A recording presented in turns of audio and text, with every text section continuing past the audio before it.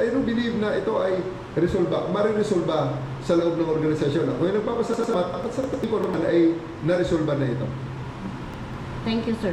Thank you Thank so you. much, ma'am. Organization, can you tell us, sir, paano na-resolve yung conflict, if you may, sir? Kaya nga sa loob ng organisasyon eh. Hindi sa loob ng organisasyon. Siyempre ano pa di dialogue. It is a simple case of dialogue and paliwanagan and pare-pareho naman tayong mga public servants eh. At iisa ang ating purpose, iisa ang ating layunin dito, iisa ang pag-iisip natin, isang direksyon. So, it's all for the good of the Filipino people. So, ganun lang. Sir, diretsuhin ko na. Nakipag-dialogue kayo sa NAPOLCOM.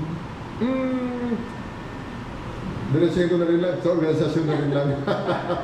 Pero sir, yung order nyo, how it was resolved is basta within the organization. Okay? So, kung may mga lalabas pa dyan, basta within the organization. Kami sa PNP, ang stand ko lang palagi dyan, these are internal matters that's better left to the internal systems.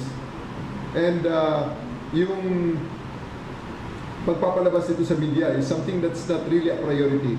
Sapagkat wala rin namang may tutulong. Dahil maraming ganito. Okay? Maraming ganitong nangyayari every day since kahit na hindi pa ako Chief NP, kahit na nung Chief NP na ako, marami nang ganitong nangyayari kasi siyempre, may mga iisa ang mission, okay?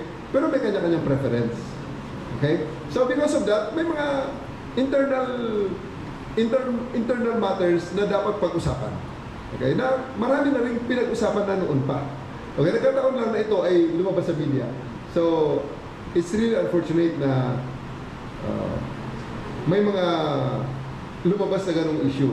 Sapagkat hindi naman ito for public consumption. Ito ay kaya nga may mga level ng mga bagay na dapat inilalabas natin at mga bagay na dapat purely internal matter. Because internal matter nga eh.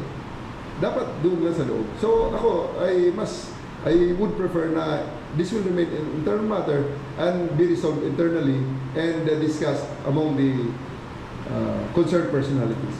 sir, since na-resolve naman internally, yung order nyo on reshuffle, yung recent order nyo, it stays? Tingnan nyo na lang in the next few days. Kung wala, di it stays. Kung meron, di it did not stay.